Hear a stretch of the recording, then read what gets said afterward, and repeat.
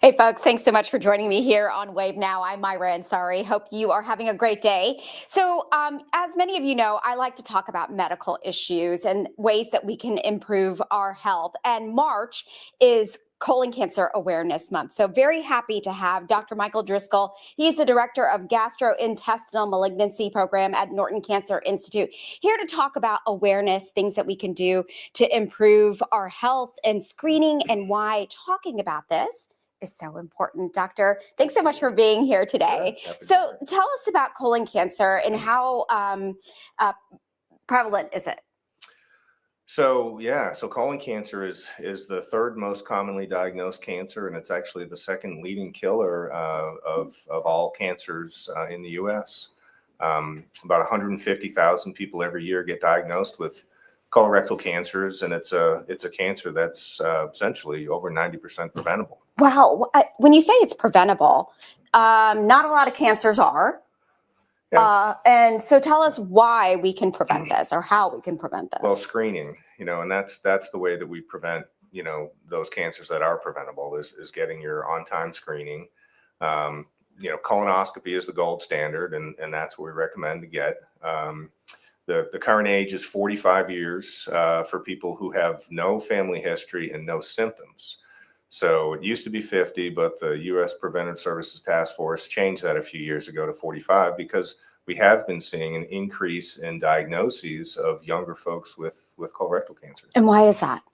Well, there's a number of different things at play, but generally it's thought to be more environmental factors. Okay. So we know the environmental factors that cause colorectal cancer tend to be foods high in saturated fats, highly processed foods. We know that obesity is a risk factor. Tobacco and alcohol use are also risk factors. So a lot of these kind of environmental things that are sort of seemingly more prevalent have likely been contributing to that increase, which is actually a 20% increase in people being diagnosed under the age of 50 in the last 10 years. Wow. Yeah. That's alarming. Yeah, it is. Absolutely. So as a matter of fact, some organizations think we should really start even screening at 40. Really? But, yeah. And these are asymptomatic folks. Okay. So those people that, they go to their, family member or significant other and say, oh gosh, I got some blood in the stool, or I'm having abdominal pain or weight loss. I mean, those are symptoms. Those are symptoms of colorectal cancer.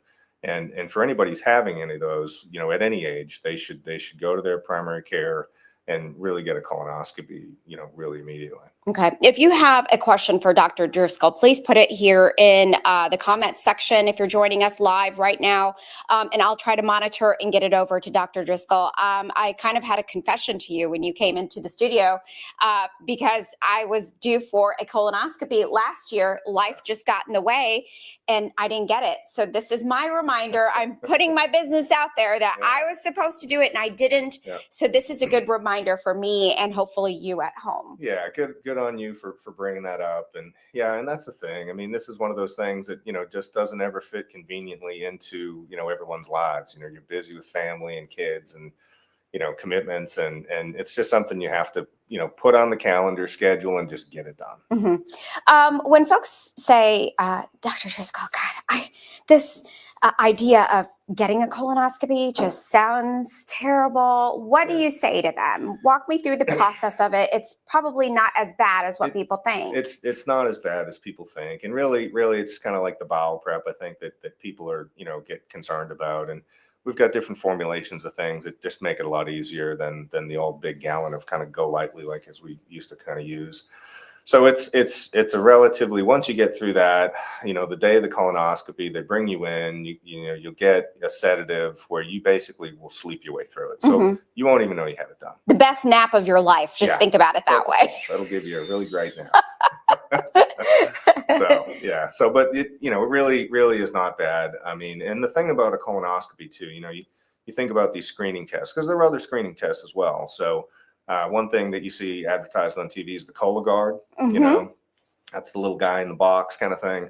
And the Cologuard is great. I mean, but it's one of those things that has some caveats in that, so you might see on the ad that it's 92% effective at detecting colon cancer. So that means it misses 8% of all cancers. Okay. And then the other thing they don't tell you is that it misses 50% of all polyps, which is Ah, essentially when you want to find this. You want to find this before it turns into a cancer. okay. And that's why the colonoscopy is sort of the gold standard, because it will not only detect all cancers, but it will detect polyps. And ideally, it's not only diagnostic, but therapeutic. You get that polyp removed before it turns into a cancer. Okay. And with Cologuard, is it like I'm sending a sample over Yes. to a lab or Yep. something? Yep. So Send a stool a sample? stool sample, that's Okay. exactly it. So they send the box in the mail, and then you kind of, do your business and send it back in. And they Hmm. actually are testing for DNA in the stool. Hmm. Okay. There are other tests like called the FIT test, where it actually looks for blood in the stool. But oftentimes, by the time you've got blood in the stool, you may have already had a cancer.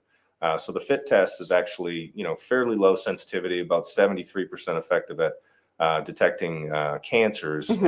and only about 7% at like precancerous lesions. Hmm. Another test that's out there that some of the callers may look at here as well. There's a blood test called the Shield.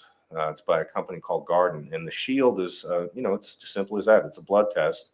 But again, that has lower effective rates than the Cologuard. So that's 83% effective at finding cancers, and only detects about 13% of all polyps.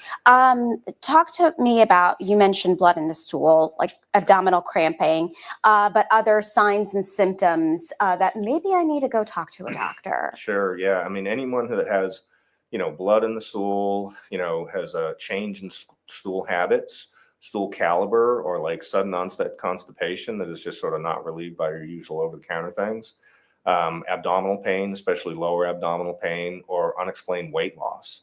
Also, one of the things that we find, I'm a hematology oncology doctor. We see people for anemia all the time.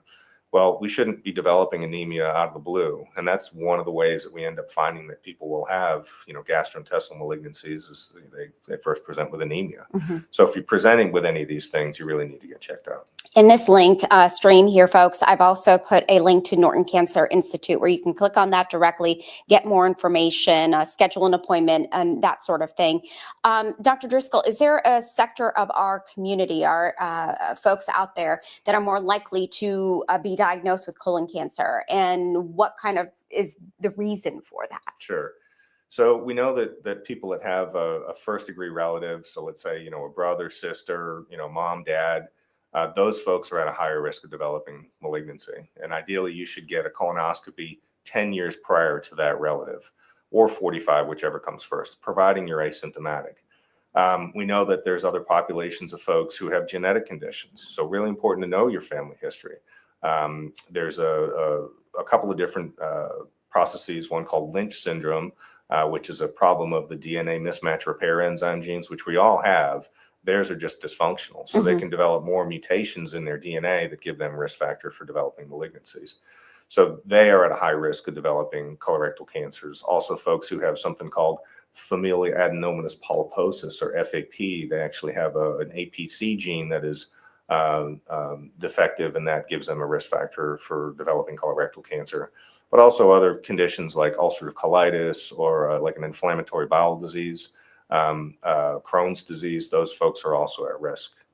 We were talking about 45 now as kind of the age where you're recommended to get it. So, if you get your colonoscopy at 45, is this something I'm doing every year? How often am I going to have to do it? Right. So it depends on what they find. So, if they go in there and they find a precancerous polyp, then they might recommend to get another scope in another 1 to 3 years, Okay. depending on the malignant potential of the polyp. In general, if they do not find anything, the general is 10-year recommendation. Okay. So 10-year, completely asymptomatic. If you have maybe a higher family risk, they might, recommend every 5 years. But again, it depends on what they find. Okay. And if you do find something, typically, say if you find a polyp during the colonoscopy, is it something that you all remove then typically? Yes, So in and out, so you in don't and have out, to. right Yeah. then and there. It's diagnostic and therapeutic. That's why we say that the colonoscopy is the gold standard, because it finds everything else that we're looking at. The Cologuard, the Shield, FIT test. It's all measured against colonoscopy, Okay. which is considered, that's going to find all the cancers and the polyps. Mhm. And for a lot of people, it's access to getting a colonoscopy, right? They may Sure. not have the ability to get it, or they're worried about the cost of it. Can you Yeah. kind of address that? Yeah, so I mean, most folks, providing they have insurance, it's going to be 100% covered under insurance. So that shouldn't be is hopefully as big of a detriment, trying to get it done. Time though, trying to take off from work, Yeah. Monday through Friday, Hmm. is a challenge for a lot of people. And How much time typically do you recommend that people take off for it? Because you've got the prep day and then you've got the procedure. yeah, so the prep day you can do sort of the evening before. So you really probably don't need to take much time off the day before. Usually recommend that you would do like just kind of a more of a liquid diet kind of thing. Do a shake for breakfast, some broth, soup for lunch and dinner, and Hmm.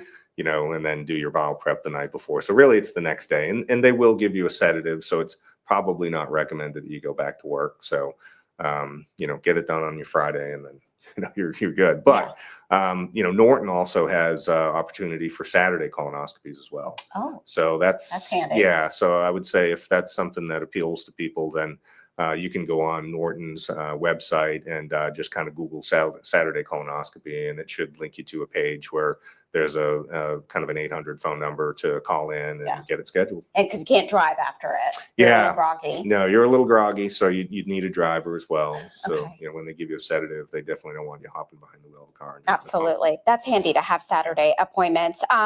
So we talked about how it impacts people, and this is preventable. Getting that colonoscopy, as Dr. Driscoll mentioned, is the gold standard. But it's good to know that there are other options for folks, that we are advancing in that way. Absolutely, yeah. So, and again, the other options are for people who are, again, asymptomatic with really no family history. If you do have symptoms and you have some fairly significant family history, you really ought to get the colonoscopy done.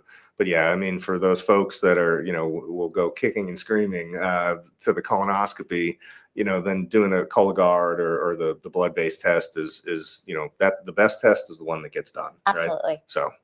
Do you need a referral? Can I just call up Norton and say, hey, I need to get a colonoscopy. I'm 45. It's my time. Absolutely. Okay. Yeah, absolutely. I think there's an 800 number, or maybe a 446. We've got 502-446-WELL, WELL. Okay. It's 9355 446-9355. And that's our colon cancer screening line, and they'll get you booked for an appointment. Okay, something I need to do. I'll make mental note of that as well. We'll call Where's the phone? Yeah, where's the phone? Call right now. So if you do have a diagnosis of colon cancer, what happens after that? Yeah. So, what happens really depends on the stage. So, and it depends on if it's a colon or a rectal cancer. So, which they do tend to kind of behave a little bit differently. So if it's a colon cancer, and usually what we do is we'll get staging scans, CT scans, so CAT scans, chest, abdomen, pelvis, and if everything looks localized, then surgery would be the next step to remove that section of the colon and all the lymph nodes around there. And then once they do that, that tissue then goes to the pathologist, and the pathologist will tell us how extensive things are, whether or not the lymph nodes are involved. So that final pathologic staging is the thing that really kind of takes precedence and determines how we treat the cancer beyond that. If people have a stage 1 or a stage 2, they may not need anything but surveillance, CT scans and labs going forward, and colonoscopies as well. But if they have lymph node involvement in stage 3, they may need chemotherapy. After the surgery. And then rectal cancer is a little bit different, a little bit kind of tighter down in the pelvis. Oftentimes we may treat that with upfront chemotherapy and radiation prior to surgery. Okay. Yeah. Where are we at with clinical trial options? Well, fortunately, we do have quite a few clinical trials. They tend to be for more folks who have advanced disease. Mm-hmm. Norton, we have about 30 clinical trials in different phase 1, 2, and 3s, which are either phase 1, it would be sort of first in human studies, investigational agents. Phase 2, kind of efficacy evaluations. Phase 3, that we're comparing it to sort of a standard of care regimen. But we've got about 30 for different GI malignancies right now. So there are trials available all over the country. Mm-hmm. We try to be in contact with. I have friends at MD Anderson, Memorial Sloan Kettering, Moffitt, Dana-Farber. So I have contacts all over the place. Sarah Cannon, which is another one down in Nashville. So if we don't have something kind of local regionally here, we try to get people referred, to see, what other options they may have. I know that with patient privacy, you can't give too many details, but is there any story or case that you can share with our viewers that just kind of tugged at you or caught you by surprise? Yeah. Boy, how much time do you have? I think when I hear of younger folks, I think that's just kind Yeah. of, Well, I'll give you an example. So this is a gal who I've had in treatment now for probably going on 8 years. So when she came to me, she was in her mid 30s, and she had a colon cancer that was stage 3. And mid 30s. yeah, Wow. yeah, and she actually had Lynch syndrome. So she had those DNA mismatch repair enzyme genes that were defective, which gave her that risk of developing early colorectal cancer. So she had surgery, and then she was lymph node positive. So we gave her chemotherapy, and unfortunately, about 3 to 4 months later, she developed lung metastases. So the cancer had actually spread to the lungs, which wasn't there before. We biopsied, and sure enough, it was the same colorectal cancer. Well, we tried to get her actually on a study down at Vanderbilt, actually, out of state. Now, she had state-sponsored insurance and passport, and they would not pay for her to go to this clinical trial. And it was a new drug that was just coming out at that point, Keytruda, which is now pembrolizumab, which is the kind of name of the drug, but it's a PD-L1 inhibitor. It's a monoclonal antibody inhibitor. And we knew at the time that there was data showing that these folks that had MSI high cancers responded really well to these drugs. Well, I tried to put her on this trial, and it was out of state, and the state-sponsored insurance wouldn't pay for it. So I ended up getting in touch with Merck, who's the manufacturer of the drug, and getting the drug for free. And I put her on, and this is in the meantime, after she had lung development of the cancer, I had her on multiple different regimens, and she did okay for a while, and then she'd fail, the cancer would progress. She went through multiple different things over the course of probably like a year and a half. So we were able to get the drug. I gave that to her, and she went into complete remission. And now that's probably, she is 6-7 years with no evidence of disease in her scans. That's great. Yeah. That must make you feel good too. No, it's great. And when she came in, she had her little 5-year-old in tow, and here it is now. She's a 13, 14-year-old, and she's got no evidence of cancer, and it's really gratifying. Yeah. Kind of see so that. does she typically, with that early diagnosis, have to get routine colonoscopies? Yeah, absolutely. So she's still getting surveillance colonoscopies, and with the Lynch syndrome, they have some increased risk of developing even an upper GI malignancy. So she gets EGDs and colonoscopies. But yeah, so there's a whole kind of screening regimen that she's kind of going through right now. Okay. Dr. Driscoll, is there anything that I did not ask you that you think folks who are joining us right now need to know? Yeah. So, for a cancer that is, 90+% preventable in the first place by getting your screening colonoscopies done on time, I think that's really the take-home message. Everyone just really needs to go get their screening colonoscopies done, and get it done before something, happens, something that could have been removed in a polyp stage and then becomes a malignancy. And then, things are, potentially worse than they could have been. Yeah. So if you're joining us, if you have not done this, you're 45 and older, me, and you're like, I haven't done it. It's been on my to-do list. Life has just gotten in the way. Just do it. Dr. Driscoll mentioned calling 502-446-WELL, WELL, and that's 9355. Very easy to do with Norton Healthcare. You can make that appointment. Just make that time. If something is preventable, why not? Absolutely. I'm preaching to myself today. Right. We're going to get you scheduled right Gonna now. get me scheduled. I'm going to call after this. Yeah. Dr. Driscoll, thank you so much for your time today. And again, March is Colorectal Cancer Awareness Month, and that's why we're talking about this today. Share this with your friends, your family. If you have not made that appointment to talk to a doctor, very important to watch out for those signs, as we mentioned. My last thing for you, Sure. because you had mentioned this, blood in the stool. Is ever having blood in the stool normal? No. Okay. This is the short answer. So, I think when people present with something like that, they may think, oh, I just have a hemorrhoid, or my constipation is causing the issues, and then I've developed a hemorrhoid. But, if it's something that persists, then it's something that needs to be checked out. So if you're having regular blood in your stool, that's a red flag. Absolutely. absolutely. Okay. All right. Yeah. Dr. Driscoll, thank you for your time. Sure. Dr. Driscoll is Yeah. going to be with us on Wave News at 2 o'clock today, Wave Country, I should say, and I'll be with him then as well. So lots to talk about. We're not done Great. at all. So thank you for your time. No problem. Thank you. Appreciate it. All right.